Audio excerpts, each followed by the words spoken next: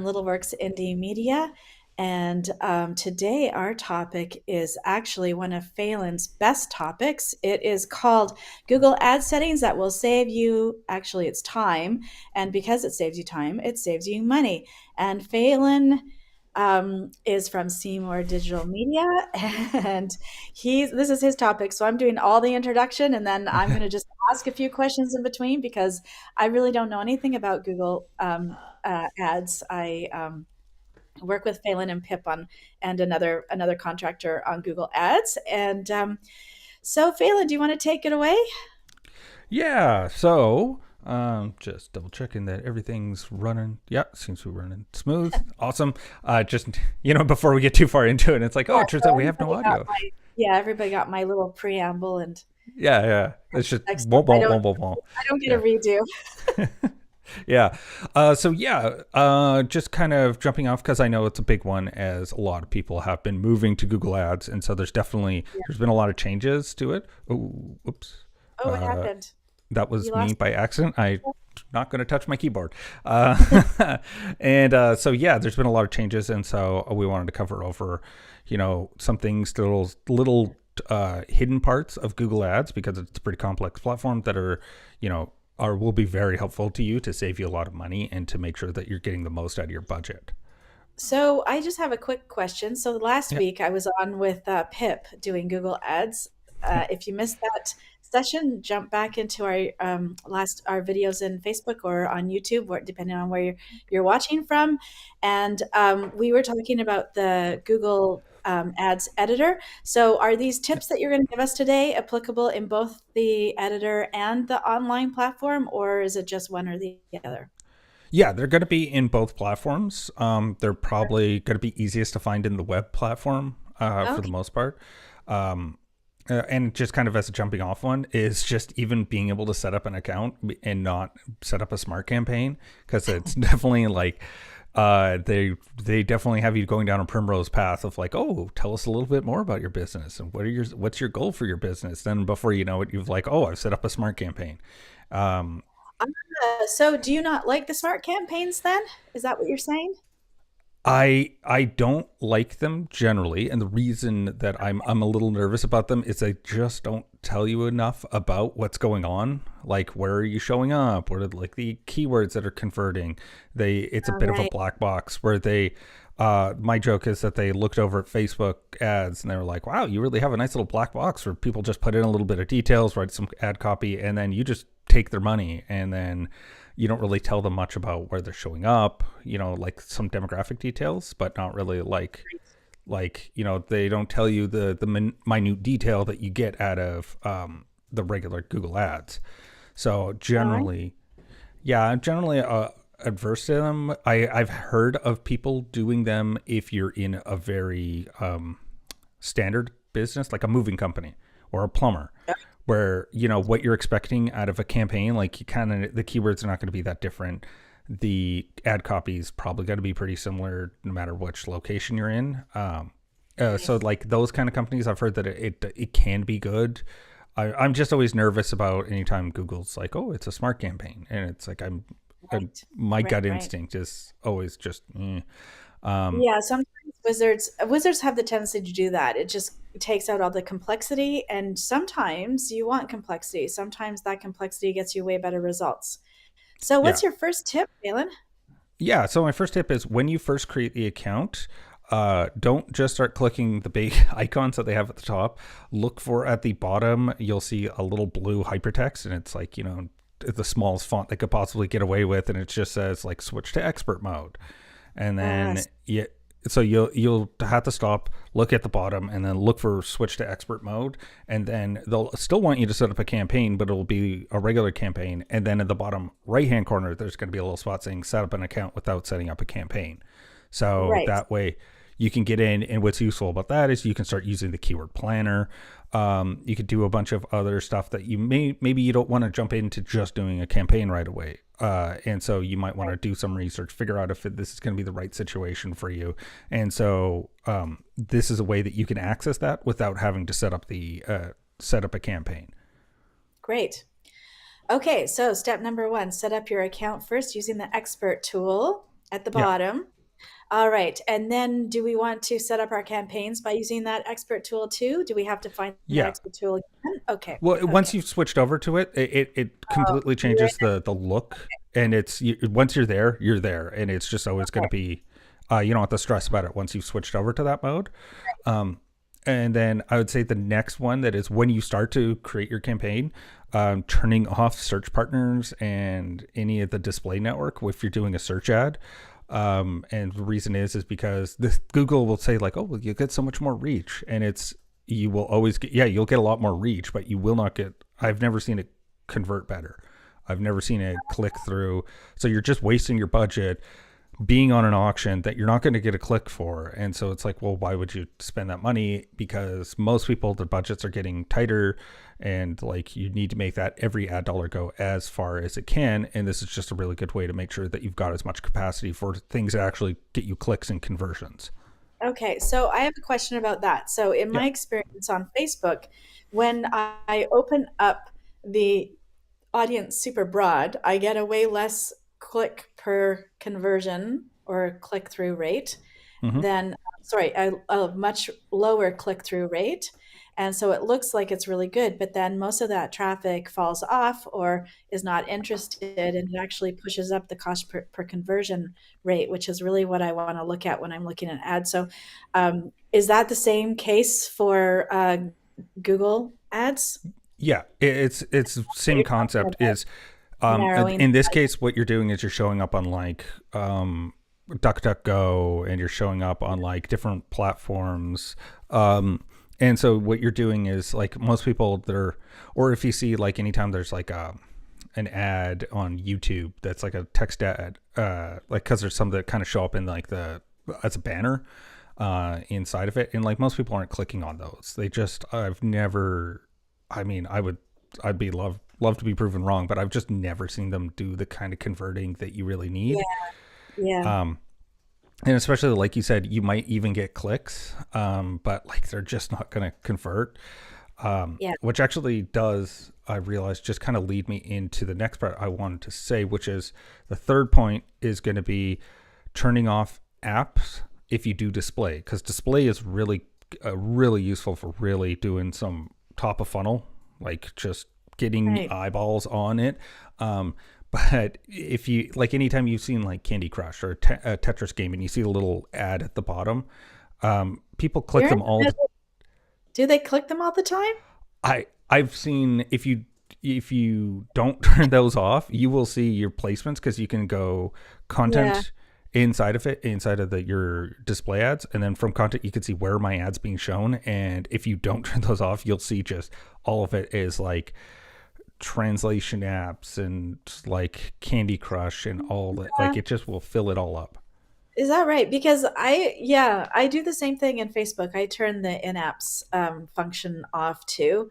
Yeah, Mostly from my own behavior, because when I'm in the middle of playing a game, I don't want to ruin my game, right? yeah, Like to get that ad, you have to stop playing your game in the middle of yeah, being yeah, timed, yeah, usually being timed for something, and yeah, so exactly.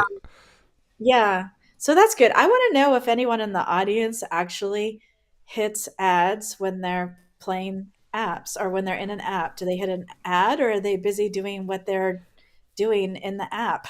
Yeah, yeah, So exactly. if you're, Or if you did it 'cause intentionally. I think that's yeah. the adjective that like Oh, did you right. do Yes, that intentionally? Because I'm gonna bet that a bunch of people accidentally do click on them all the time, but it's that's true. accidental. That's And yeah, and to Facebook and Google, it's like, that click, it clicked. there's Um got to be a way to serve up ads in apps. yeah. Yeah, I think it's just gotta it's also it's a great spot for them to just kind of get their ad budget to go out there. Yeah. We got accidentally from someone on in the Facebook group, uh, and so it's Yeah. Someone's done it accidentally. Yeah, yeah, yeah, exactly.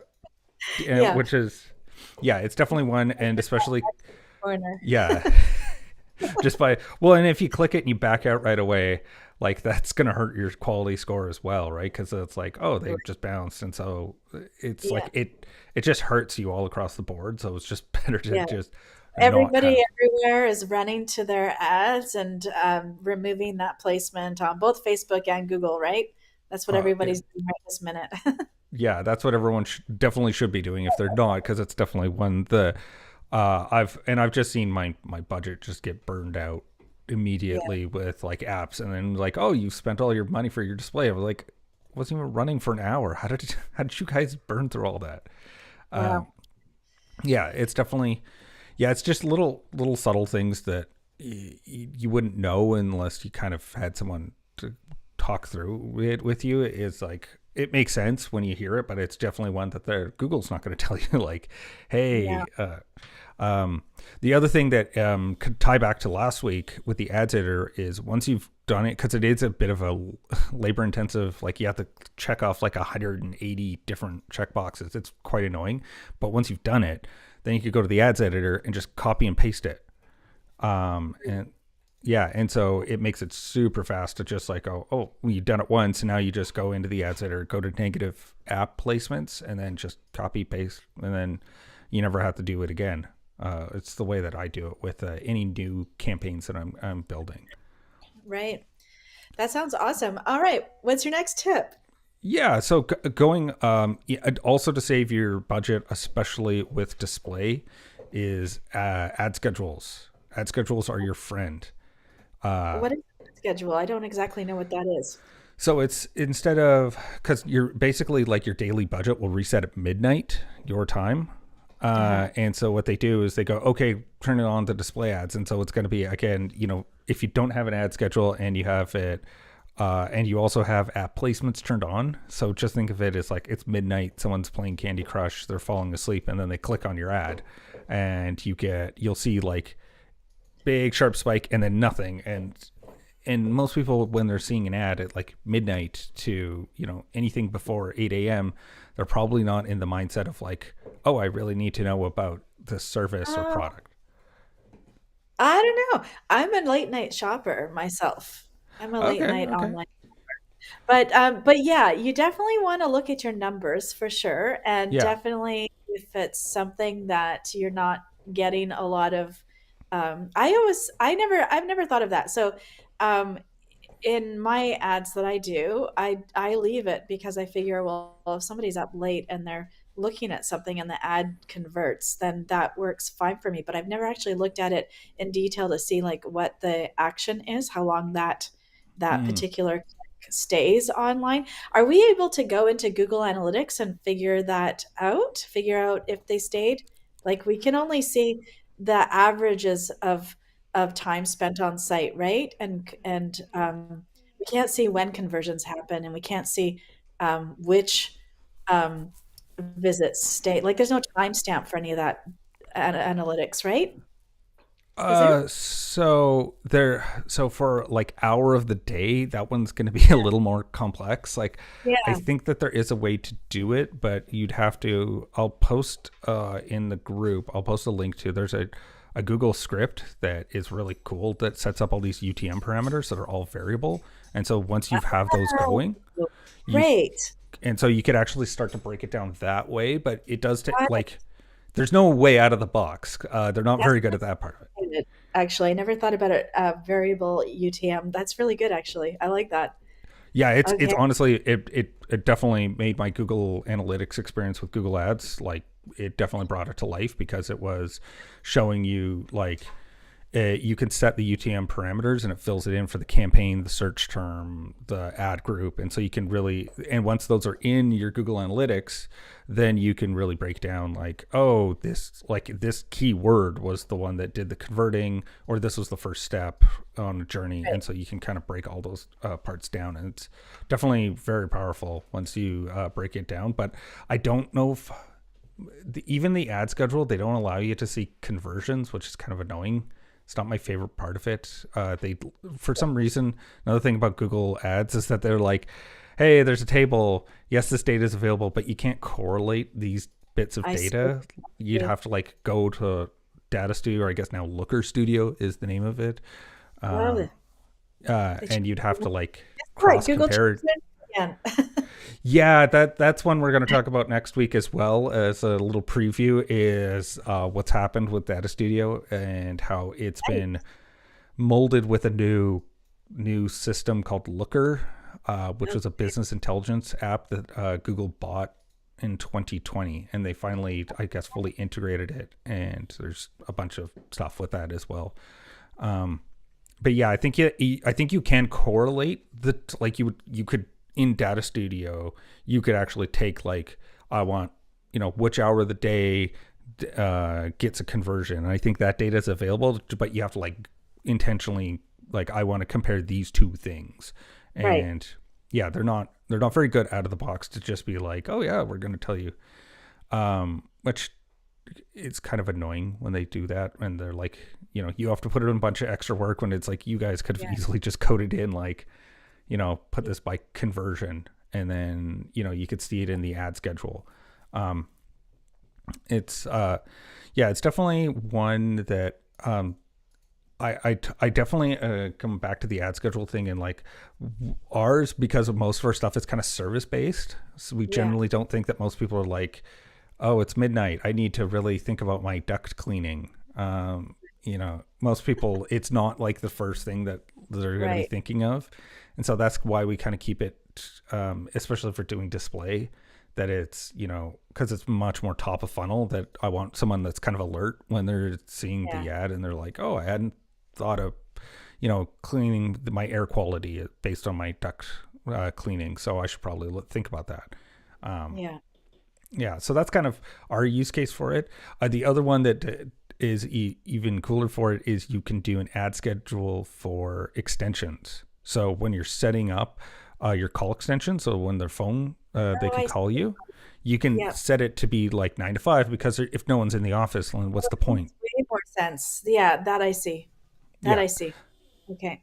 yeah. And so that one is and that one even you could do like for your regular search ads, right? Because you're Yeah. not going to want to have the call extension even if they're typing in searching it because like yeah, have them fill out a form if you're Yeah. not trying to get if you're no one's in the office, but if they're calling you, you definitely want to have someone at the phone because then Yeah. it's kind of a bit of a waste. Um, and so yeah, that's definitely uh, I found that to be a pretty useful one personally.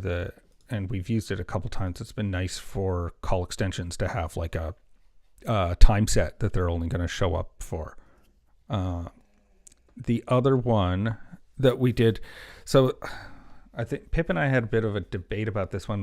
Well, they've changed it. They used to have this thing called auto apply ad suggestions, and it was Oh, yeah, and it was opt out by default, and now they've changed it to opt in. oh, Uh, okay. so it is turned off by default because a lot of people complained that they didn't even know that this was turned on. And it also seems a little unfair to just be like, oh, we're just going to tweak your ads every 2 weeks and you're not going to know about it. Oh, I Um, see. Okay. Yeah, no, yeah. that doesn't work very well. How can you actually track what's working? Yeah. Or give like consent to be like, yes, I want that language in my ads. Like, Yeah. you're not, or like, I want to bid on this keyword, stuff like that, where it's just, it opens up too many Pandora's boxes for Google to, and their AI to be bad. And so, I think that they've turned it off by default, um, so you can turn it on. I don't strongly don't do not recommend it. Okay. It's definitely one that I found to be the one of the more dangerous ones that No Google's. kidding, because that can really ruin your branding if it's got the wrong messaging or misleading if it Yeah, seems to mislead people. Um, if it says that you offer one thing when it's closely related to what you do, but it's not exactly what you do. yeah, exactly. Or you're bidding on keywords that are like not what your service you offer. I mean, it could be a related field, but it's not like Yeah. that specific service, and you're bidding on it all of a sudden, and it's just like Right. it's just a little too like it makes me Yeah. nervous just thinking that that's like a Yeah. possibility that's out there. It's just like I don't like having that losing that kind of control. Like I'm Yeah. to an extent I'm willing to let Google do some AI stuff, but for the Tell most me what part tell me what that feature is called again. So it's called Auto Apply Ad Recommendations, and you'll Okay. find it in the campaign settings. So each Okay. campaign is going to have its own settings. It'll be on the left hand menu, and then you just go into it, and then it'll be one of the. There's only a few in options available in the campaign settings. Yeah. So it's definitely one that is yeah, it's one that I would just make sure that it's turned off. It should always be, but like just to make sure you guys are aware of it because it's a weird one. Oh, one other one that when you're in the campaigns one, and you can set this up when you set up the campaign, but it is ad ad rotation. That's the name of it. And so what it is that because now Google has got you like write like 15 headlines and 3 descriptions, and it's making all these different combinations to see which one is doing the best. But what you want to do is have it indefinitely rotate them, not optimize for the best right away, because it will the way AI systems work is they overcorrect for one ad combination that's working. Yeah. And then they'll do is they'll find the path and they'll be like, okay, this is working, but they won't try different combinations. And so you want to run through all the different combinations, see which one's working and which one needs to get punched up for ad copy or whatever. And Okay. so yeah, I is that Facebook? They're much more limited. I remember like ads are generally a lot narrower for like the amount of headlines, the amount of descriptions, right? Well, I can't really compare because I don't really know Google Ads at all, but we definitely have, there's definitely multiple places. What you could do is instead of actually putting it all into one ad, you can create multiple ads under the ad set, and that's how I usually test and organize different Yeah, ads, see what works best, and then I yeah. work my way to the best ad rather than mm, like and then I would have multiple ads for multiple ad sets. So the best ad for one ad set, Yeah. that kind of, yeah. Yeah. Yeah, that's closer to how it used to be with Google with the thing called expanded text ads. That was much Right. similar where you would have multiple ads and you would Yeah. have a lot more control over the ads Yeah. themselves. Now they're just like, give us a bunch of headlines, give us a bunch of descriptions, Yeah. tell us what page you're going to. And Yeah. so it's, I definitely had on the last one campaign that I set up the other day, there were definitely 3 headlines that I could put in, and I used all of them. I filled them all in to see what would work, and it doesn't really yeah, tell you what works, so it doesn't really matter. Do you know what I mean? Like, I actually think it makes way more sense um, to create separate ads for separate headlines to see which headline actually converts, yeah. right? Oh yeah, It's, no, I would absolutely love if they had left it expanded text yeah, ads. yeah. But I unfortunately, don't see the purpose of this. I went Google, into, yeah, this is the first time I've tried the multiple headlines, yeah, and when I went back to look, it's like, oh, well, I can't tell anyway, so I'll just yeah. leave it, I guess. But on the next campaign, for sure, I'll be doing separate ads to see what's working and what doesn't. Yeah, yeah, for sure. They do tell you inside of they're called responsive search ads. Um, they Uh, tell you like, oh, this combination performed the best. They don't oh, tell you, that's good. yeah. So they do tell, but they don't give Yeah, you any numbers. They just said this one's the best. This one did the oh, worst. oh, so you don't know by how much? Yeah, they're and you're taking their word for it that they're just like, Yeah, that's not particular. And best in what way? yeah, Did it get and more clear? Did it get longer time on the site, or how is it working better? yeah. Well, and how many times did that one show up? Like, is it that you showed this other one 100 times and you showed this one that did the best 10 times and you got 5 clicks? uh, Yeah. like is it like they don't give you any data to actually like compile Yeah. what is Oh, best. that sucks. The less data, yeah, when they pull the data away from you, it's always annoying. It's always annoying. Well, and leaving nice clearly defined words like best or worst or Well, good and even on quality control, like we get a quality score on Facebook, and sometimes as a strategy, I'll use an engagement campaign when I'm really sending people to the website, and it'll say that I've got a poor quality, but it's the best. I think we talked about this last week. It's actually the best performing ad that we've got running. But if you don't know any better and you just leave yourself open to however Google or Facebook tells you you're doing, then you don't really know. Yeah, You don't exactly. know what criteria they're judging the ad on. Yeah, for sure. And it's definitely when they're just sort of like, oh, take our word for it. This one did really really well, and they give you the Yeah. overall numbers of just like, yeah, this is how many impressions, but it's like not individual combinations.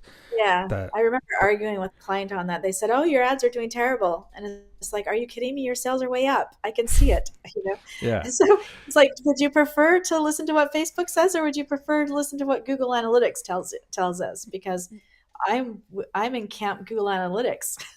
yeah. There's definitely, well, and also like just at the end of the day, like which one is literally putting money in your bank account? Are you like Exactly. I'm independent not. of the ads platform? Yeah, I'm not here to have Facebook tell me I'm doing great all the time. Like Yeah. that's not useful. Hmm. Right on. So how we've got about 5 more minutes. How many more tips do we have? Well, the last one that I just remembered, I forgot to leave a note about was locations, which is Okay. there's a cool feature because I remember we were talking about locations, and they've done a lot of tweaking with the locations that you can't do the micro targeting, like we had talked about. Um, yeah, and so there is a little um, toggle that when you're setting and you're picking your locations, Yeah. that is something to keep in mind as well, because it can kind of cause some issues for you. And it is not, you pick not only residents but interest in that location. Okay. So you're picking, like, say you're advertising for Tofino, which is like a summertime getaway. You are also going to want to get people that are interested in Tofino, that maybe they're in Vancouver and they want to do a weekend getaway, Wow. versus people that are specifically in that, like, that Right. region that you're picking. Um, so what happened with us, just as a funny side story, was we were trying to set up a campaign for someone in Victoria, which is, if you're not familiar, Victoria is south of the 49th parallel. So a lot of, if you do like a radius, it all hit the United States. And so what Right. we had to do was we had to pick people that were living in the area, um, that lived in the area, because we had a policy violation that we weren't allowed to do any targeted advertising to people in Washington about this service. And so you had to like pick it so it was like specifically there, in that area, and people living there, not people interested in that area, because it would set off that little distinction between like where they were and where they would like to go. It set it off that we had a policy violation. We were tearing our hair out trying to make it work, and it was definitely annoying. Right. Yes, that would be annoying. Yes, and I actually never thought of that about Victoria. That's true. Yeah, yeah, it's definitely one where you're just like, you want to do a nice broad area, and then you're immediately, because also negativing out locations in Google Ads does weird things as well, because again, like, maybe they're a person that is living in Victoria and they go over for the day, they go to Washington State. Well, I still want to advertise to them. So, like, yes, they're in that location. They're not in the location I want, but they're technically still interested, but they're not there. So it does all kinds of weird things where they have to, like, because it's Right. negative out, they can't run the ad there. Right. Right.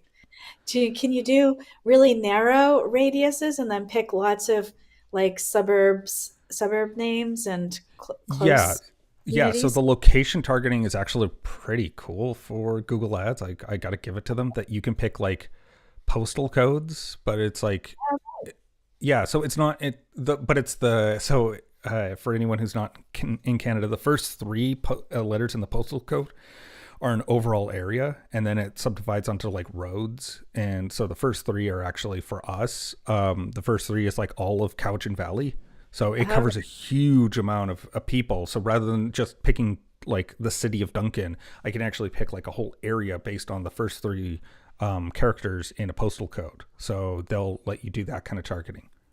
Okay, interesting. So it seems like Facebook and Google have really borrowed from each other a lot. Oh yeah. I mean, Facebook Crossover. Ads literally hired, I think, the top senior engineer for Google Ads, like the guy Oh, is who. that what happened? Yeah. So it's Didn't know it's that. it's that bad and that incestuous that they just they hired those guys, and then I think TikTok hired all the Facebook Ads senior Oh, you're team. kidding me. Yeah. So That's it's hilarious. Yeah, so they've all been cribbing from each other's notes pretty hard. Right. Yes, that is indeed the case. All right. Yeah, I'm just looking at what we've got happening next week. it's Did you have the any last? no. Um, I was just gonna say I do know what's next week because it's the end of the month, and so we're doing what in the oh, world of yes. marketing?